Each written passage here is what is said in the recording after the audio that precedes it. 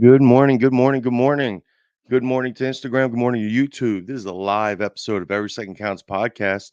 Once again, my name is Tom, and I'm here today to talk about veteran suicide, mental health, motivation. For those new joining the show, I just wanted to put it out there. This was a vision based on how when you look at all the different veteran organizations and you see how many there actually are, and you say, "Well, how does this problem consist? How do we keep having these problems when we have resources? The resources are there." So this live episode of Every Second Counts podcast is based on perception. Perception of the public, perception of veterans, perception of the workers, the nurses, the VA. It's everyone's perception. But before I get too deep in the weeds, I just want to break out some outstanding veteran organizations that I work with, that I deal with, that I support. First being Hero Stock. Hero Stock 2023. It's coming this year, September 9th in Ashland, Nebraska. There's going to be four bands and over 30 organizations for veterans.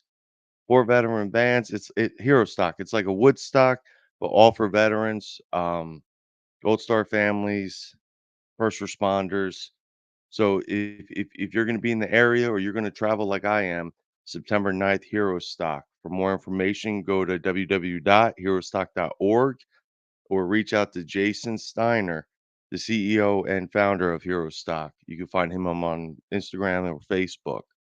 Another organization that is real near, dear, and close to my heart is 22 Mohawks. 22 Mohawks offers multiple different resources for veterans to be able to reach out. They have Pup for Vets. That's where they give emotional dogs, support dogs for veterans that need that. Now, if you see me, I have dogs, I have goats. These emotional support animals actually help you, give you that sense of love that maybe you think you're missing, or they give you that sense of just being non-alone. So 22 Mohawks does an outstanding job of getting veterans dogs. They put on four big parachute jumps a year. They also help with suicide awareness classes and also financial classes. So 22mohawks.com, find out more, reach out to Dave and Stacy and see how they can help you recover, get better, and keep moving forward. Also, warriorwad.org. Warriorwad.org is ran by an outstanding Purple Heart receiving Marine. And basically, what it is they raise money for veterans to be able to go to the gym 6 months at a time, have a dietitian, and have a battle buddy to help them recover from PTSD. Now, these resources, so to find out more about, to find out more about Warrior Wad, make sure you go to warriorwad.org and go through the website and see the resources that it's available. Because when you actually look at the resources that are available to all these veterans, why isn't being utilized? Why, especially myself, I created my own nonprofit.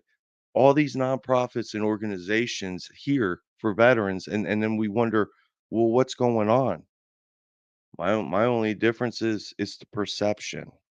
It's the perception. Everyone's perception is a little different, and I'll give a couple for instances. But when you break down the perception, the only person that knows their current perception is the person that's going through it. Mental health. And keep in mind, it's June, it's mental health month, but what's in the face of everything? It's Pride Month, Mental Health Month, PTSD Month. How do you have so many months, so many organizations, let's say, jammed into 1 month? Who really gets the support? Someone's losing this battle. Someone's going to lose this battle when you try to celebrate or help or like men's mental health month. I don't even know what that means. I really haven't seen much, but on social media, you don't see it on the news. You're not going to see it um, on social media too much, except for the people that are involved, just like people that are involved with veterans, veteran suicide prevention, awareness. It's the perception. It's how major media is gonna make you look at things, how the internet's gonna help you look at things, and the perception of veterans committing suicide has slipped away from America. It's completely slipped away. So when you look back, we'll go back to September 2022. University of Alabama and Duke University did a study. When you look at it, um, they did 8 states. Out of those 8 states, there's an alarming number of drug overdoses of veterans that weren't reported as veterans. So so on and so forth. When they did the test, what actually broke down was it's actually doubled what the VA is putting out there, that it's 44 per day. I made a post on Instagram the other day, and someone actually challenged me, and they were like, "Great post, but it's this, and that now." And my perception was like, "Who are you to just like try to come at my neck on Instagram?" Like, yo, I'm just trying to spread awareness, love, joy, hope, and trying to save veterans' lives, and this dude's really coming at my neck. So I had to think about it, and that's where perception comes in. I had to think about it because dudes is offering a nugget of information, and I seriously was like hating on it because I didn't want to believe it. You've heard about it. It's still true. Just because facts might not be there in plain sight and in front of people, it's still true. So the perception to the public is, okay, how do we face all these atrocities that are going on, but what's important to each group? Veteran suicide is not that most important. I'll tell you that now, because you can't have hundreds and hundreds of all these resources, counselings, big pharma, all these things. Veteran suicide is highly profitable, and there's no really trying to clean it up, because when you look at it, when you look across the whole United States, it's becoming easier to become a drug addict. It's becoming easier to become poor and homeless. It's becoming easier to just feel a sense of being something else, worthlessness and freedom, and just going out and just becoming whatever. And when you break down those standards, and you're allowing these veterans without help. So keep in mind the help is making all these drugs available for everybody. Mental health decline in this country is ridiculous, but yet we're offering drugs on, you know, these level 1, I guess they were. You can go up to Oregon and you can get these psychedelic drugs, and these are veterans, they're homeless, and we just look at that number and we just sit here and say, "You know what? Well, there's a lot more homeless people than just veterans." Well, that's your perception, because that's what people go through. If you were in another branch, so I was in the Marine Corps, so the Marine Corps, lays heavy on my heart and makes me not favor, but that's what you're used to. That's your connection. So, say during COVID, if you were a nurse, you felt that a lot more, or a doctor, you felt that because that was your community. So when I sit back and look and I say, you know what, the perception's off. Perception's off. And the reason I say that is my perception's a lot different than the next person. Everyone's perception is going to be different. And thinking that you're going to view someone's activity, life, and experience off of just drugs, off of just counseling, off of just, uh, I mean, when you think about it, you're getting labeled, you're getting put in an environment, and the protocol now is drugs. Let's just keep it real. It's prescriptions, but that's the only cure. I'm not downing the drugs, but that's the cure right now. Drugs for veterans, mental health, and if it doesn't work for this, it will work for that. I cannot be on sleeping pills that are antidepressants, anxiety pills that are antidepressants, PTSD pills are antidepressants. I mean, when you think about it, what are we really doing? So when you have people that are just going through these things, these events, And this is anybody. This is that doesn't have to be just a veteran thing, but when you go through a traumatic event or you go through something and you're dealing with something, something's heavy on your heart, it's heavy on your life, people's perception is blinded by that. People's perception are blinded by that because they don't see what you see. They don't feel how you feel.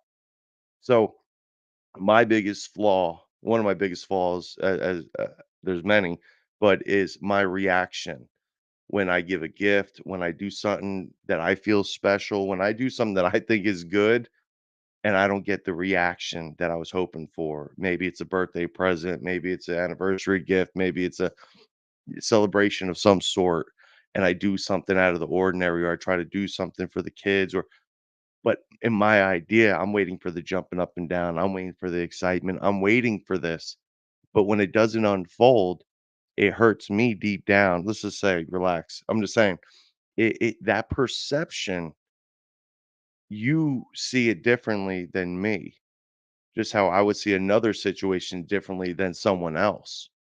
So when you look at a overall, perception is a very deadly thing because you go to the doctor. I apologize for that. Hey, so when you go to the doctor, for me, and I did this episode earlier in the podcast called Ghost Stories. When I have to go and talk to a doctor and I'm trying to explain, it's like playing charades. I'm trying to explain exactly how I'm feeling, what I'm going through, and what I'm dealing with. And now you have to make someone else understand that to the ability that you're explaining that. So this marinate on that. I'm trying to explain the effects or how I'm feeling or going through, and the doctor's trying to just gather all that and come up with a practicing, thought. But when you break it down and think about it, his perception of my problem is his perception. It might not meet my need, but currently that's what's going on in the world. Currently that's going on everywhere you go. The perception is going to be different and the perception is going to be out of sorts. So on a public stance forum, 22 has become extremely popular. 22 has been if if you didn't know much about veteran suicide, if you didn't know statistics, if you didn't know all these different things, I'll just put it to you like this. 22, it rings out to you. It's profitable, it's marketable. 22 veterans a day, 22, everything's built around it. Then you hear about, oh, wait a minute. Hold up. There's 44 actually. Now sit rep 22 is going to stay sit rep 22. But that now we have a number to come down to. That's my perception. I don't understand the perception maybe other people aren't having. Is that Every Second Counts podcast. Every second counts. Why? Because perception is deadly. If you're not looking at it as, you know what, one is too many, and then hold on, due to a decimal point, due to a unforeseen circumstances of drug overdoses that were veterans, but wait a minute, we weren't counting those. The number spikes. Shouldn't that be everywhere? Shouldn't that be all over the news? But it's the perception.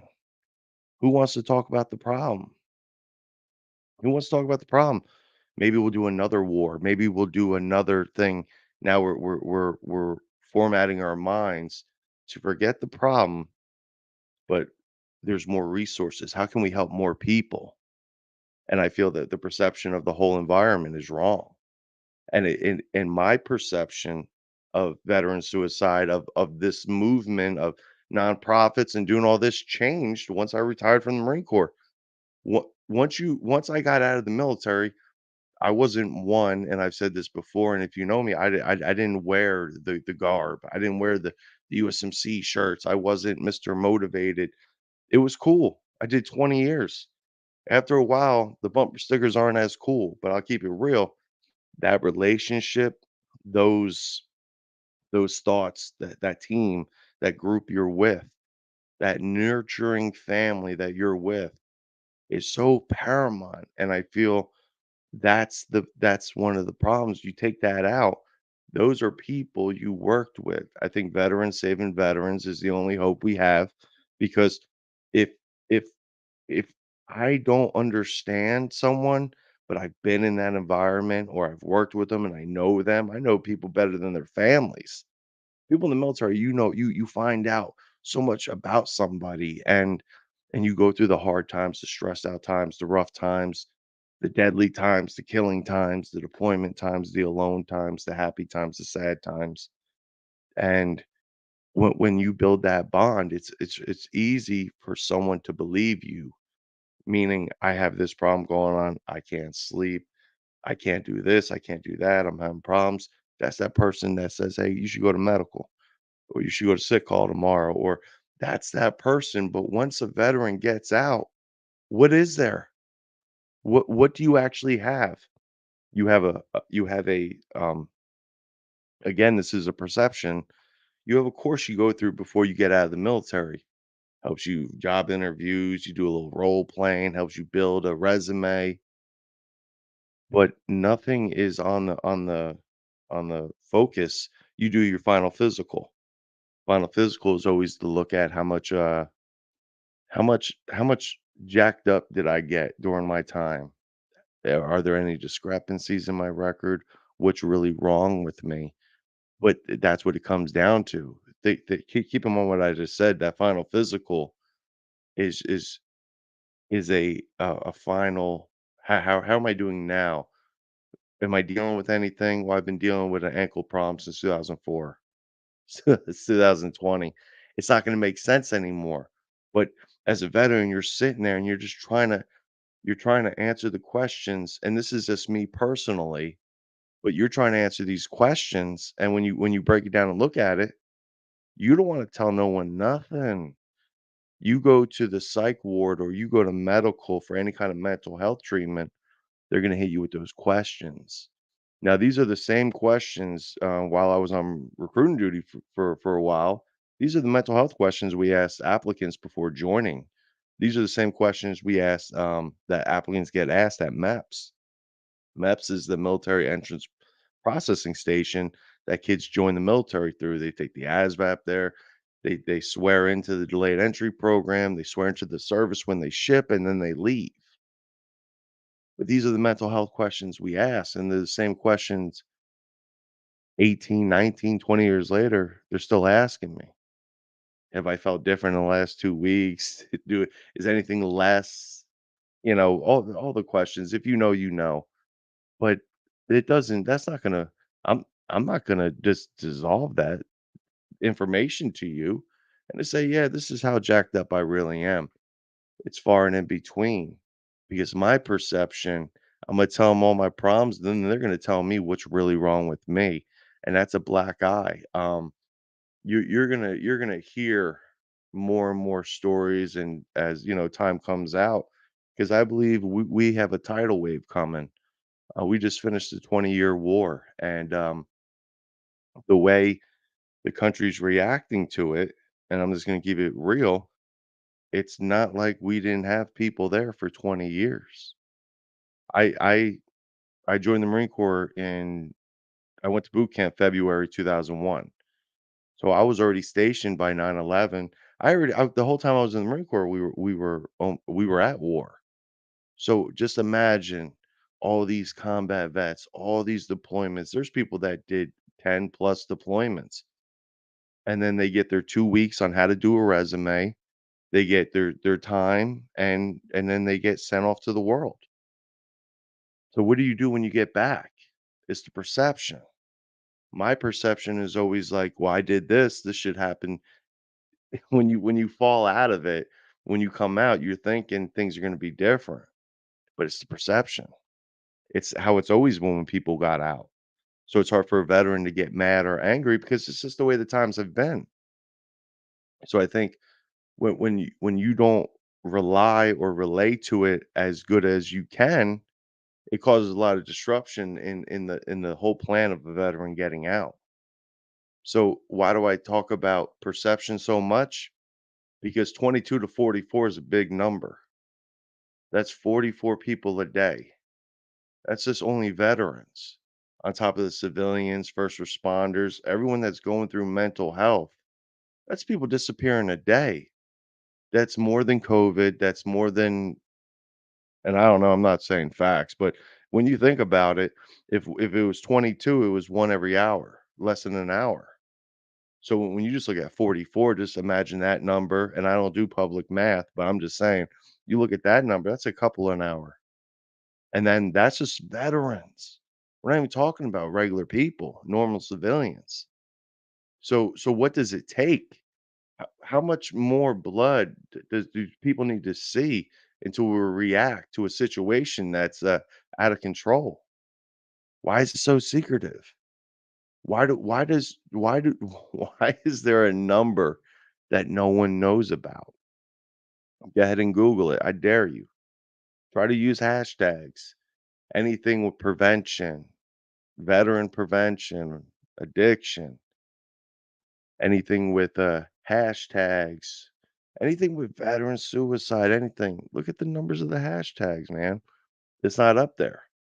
But you put anything else goofy up there, you have a billion people trying to get involved. But it's the perception that maybe, you know what, people don't want to hear about that. People don't want to know about that. It's easier not to know about it. Oh, it's raining in your town. It's sunny here. I don't want to hear about that. My grass is greener over here. But you have that choice. You have that choice to be a voice, to be an advocate, or to be quiet. And I see a lot of people wearing the shirt or the hats, and they're saying, you know what? I'm not a sheep. I'm whatever it is. Not a lot of people standing up. Pedophilia is blowing up. That's okay. We're paying people to live in other people's house, migrants. Well, you have veteran homelessness is out of control. And I'm not getting fans for this. There's not a lot of support. There's not a lot of people unless you're in that environment. So a lot of these, well, majority, almost all of them, all these organizations are someone that had family in the military. They had a member, a son, daughter, grandparent, somebody in the military, or you have veterans. Other than that, they're not talking about it. Unless it's political, how is veteran suicide not the most talked about political problem that we have? I believe it's a huge problem because after a while, when it does come out and it becomes a big deal, who the hell's gonna wanna join the military then? Who's gonna wanna know what's really going on? And the way they're doing the military now is when you're changing standards and you're changing, when you're bringing sexuality into the military, I mean, we already got problems with that. So I don't even know how that's gonna happen. They're getting rid of battalions. They're bringing guys and girls together. I don't know how capable you are as a fighting force in that because, people are weirdos. People are weirdos that you put them in a situation, you don't know how to react. You don't know what's gonna happen, but why these experiments? Why these things? Why all this perspective of veteran suicide? Why is it not talked about? So that's why I post about it. That's why I talk about it. You know why? God put purpose in my heart that this is what I'm gonna talk about. This is the role. This is what I'm doing. So guess what? This is what it is. I don't care how many crunches you did today. I don't care how far you ran. How many people were you able to help today? I made a post yesterday on Instagram wishing everyone a good day. It was probably the least liked post I've had in a long time, and I don't care about likes, followers, all that nonsense, but I'll put it to you like this. It was funny to see, like, I was like, "Man, this should hit," and no one really cared, and when you think about it, my perception is obviously different. If I'm on here on Instagram doing my thing, I don't wanna hear someone tell me to have a good day, especially if I'm not having a good day. But that's why perception is deadly. Your perception is the difference.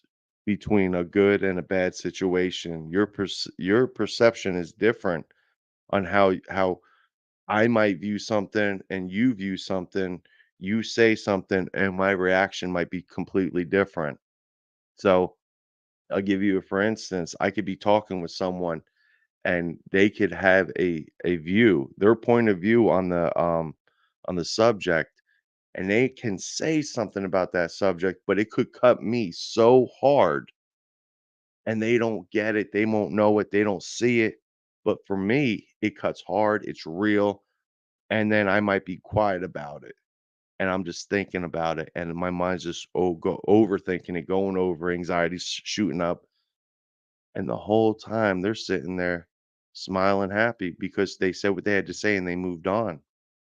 And I think that's the perception was lost because if I feel a certain way, if I come back, it's gonna be argumentative. I have feeling in it. I have emotion in it. And when you have feeling and emotion in it, that drives passion. And that's the kind of passion I have with myself because I feel veterans are not only misunderstood, it goes so much deeper down, and veterans keep coming up with things. I'm involved with coming up with something with my organization that I started, but if we don't support each other, what the hell is the point of having all these resources if you're not going to exploit them and team them up and get them together? And that's why something like Hero Stock is so great. I can go to Hero Stock and it's like going to a like a conference. It's not how much free stuff I can get. Well, I'm in for the free stuff, so I'll be at Hero Stock with an extra big bag, but looking for that swag. But it's somewhere you can go to where if you're going to a tool one or you're going to an exercise or a fitness one or any kind of conference you go to, and they have the room and everyone's walking around, everyone has their booths and there's seminars and people are talking and there's bands playing. That's a place where you can go and you could sit there and meet other people of like mind circumstances. That's how horrible it is. Excuse me, that's how powerful it is. In that horrible mind state I was just saying is when if you've ever spent any time at the VA hospital, and this ain't no poor me story, but I'm gonna tell you what, when I started having all my new knee problems and they were telling me, "Hey, you have no cartilage left in your knee. You're too young for a knee replacement." All right, roger that. So I got 20 years. Now people could be like, "Well, you can," and I'm on the hunt.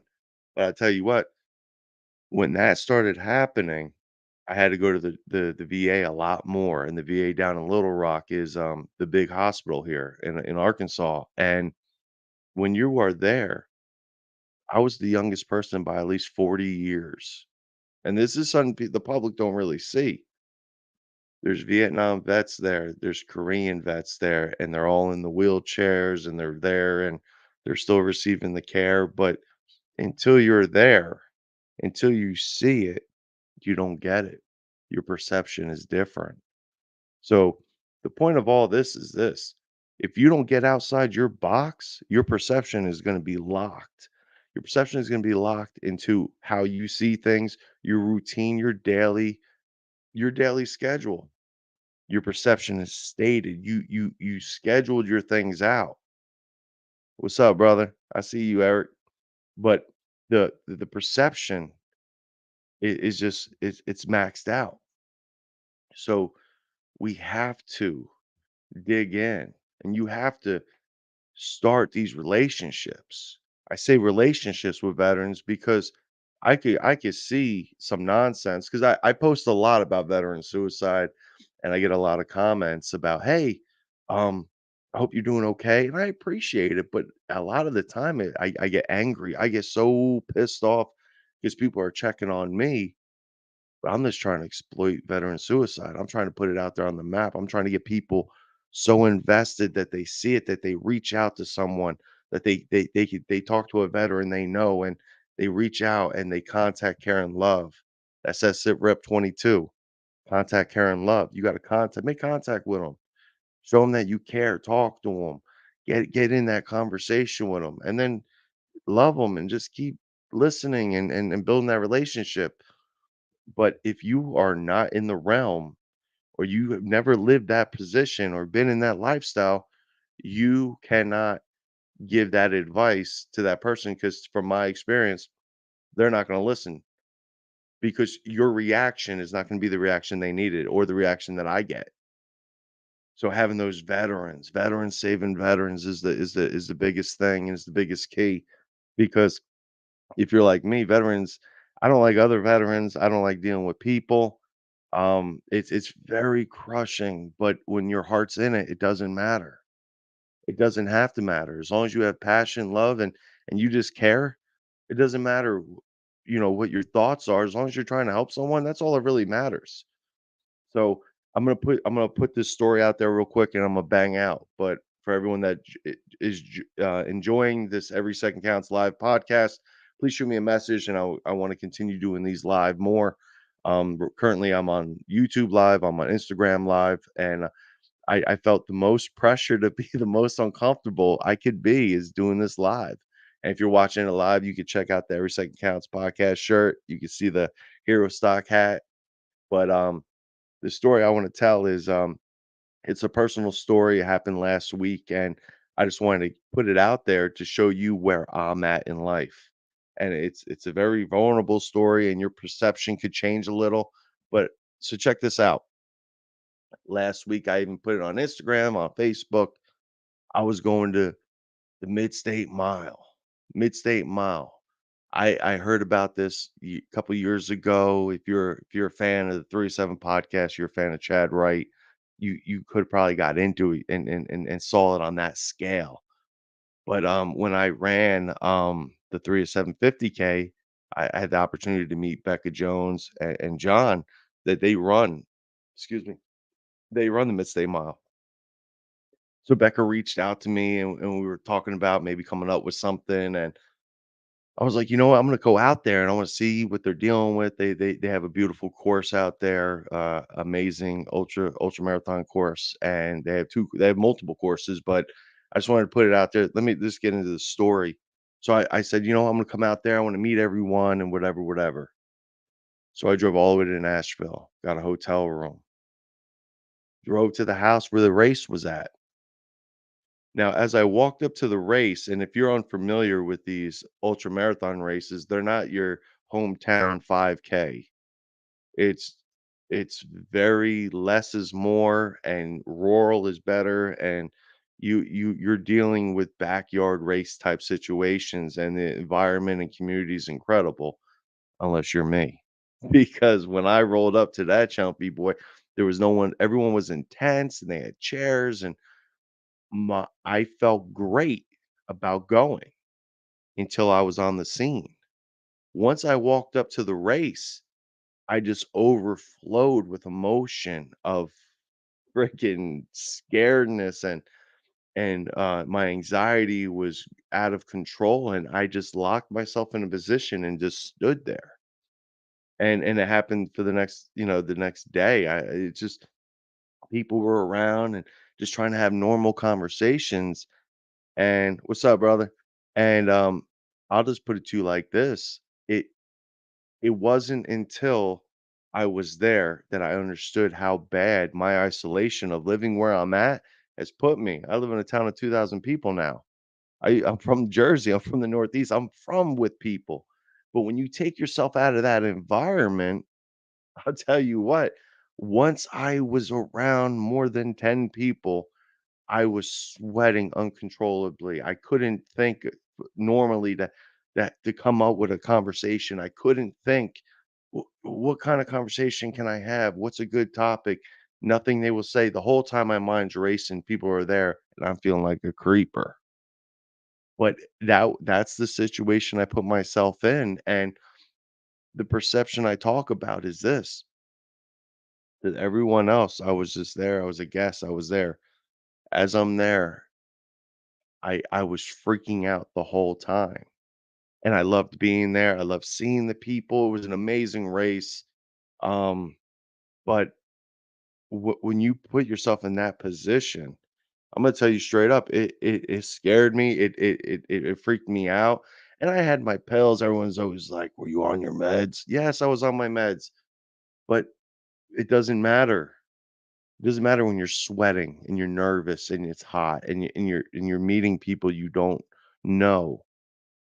Meeting people online is cool. It's freaking scary, boy. You like my post, I like your post, we move on with life. But I'll tell you what, it's stories like that, and I'm not I don't wanna say everyone's the same because everyone goes through everything different, so someone in my position or someone that deals with that had more trauma, they might not even people wouldn't even went. I'd even wanna go. Once I was there, it just freaked me out, the whole situation, but that's the perception. No one there knew what I was dealing with, just like everyone never knows what someone else is dealing with. That's why every second counts. Every time you could intervene or be something positive in someone else's life, you gotta take that opportunity. Because when you don't think someone else is gonna be there and someone else is gonna help that person out. That's your bad perception. So when you have the opportunity to be involved in someone else's day, veteran or not, mental health person or not, whatever, guy, girl, whatever the hell you wanna come up with, if you can bring a positive, healthy, happy, uh interaction with someone, strive to do it. Now, 2 years ago, I would have never said that. So understand, I am dealing with enlightenment, you get it, myself. So I am dealing with these changes as I'm trying to evolve after retirement, and the number one thing I'm dealing with is talking about veteran suicide. Which is highly I would say it's highly I don't know. When I started doing Red Fridays and I started getting involved with, remember everyone deployed on Fridays wearing red shirts, putting out the messages, and obviously that wasn't popular, but it started putting me in a bad place mentally, meaning sad. Sad, like, no one really cares. All these people are deployed all over the world, and we're worrying about silly things. You're worrying about stupid things in your life, and you're like, "Well, it's my life," but you don't have to agree, and that's why perception's amazing. You don't have to agree with how I see things. I just want you to understand how I see them. So that's the point here, perception. You don't have to understand what I'm going through, what I'm dealing with. Just know is different than how you might see it or how you might digest information. So when I see something like a study, a real study, that if you try to Google it, you're not it's hard to find, but look it up. New study September. 44 veterans commit suicide every day. We're overcounting, we're undercounting, we're missing things. Why are we missing the mark on this? Why are we missing the mark on so many things dealing with mental health, but there's no cure. There's no help.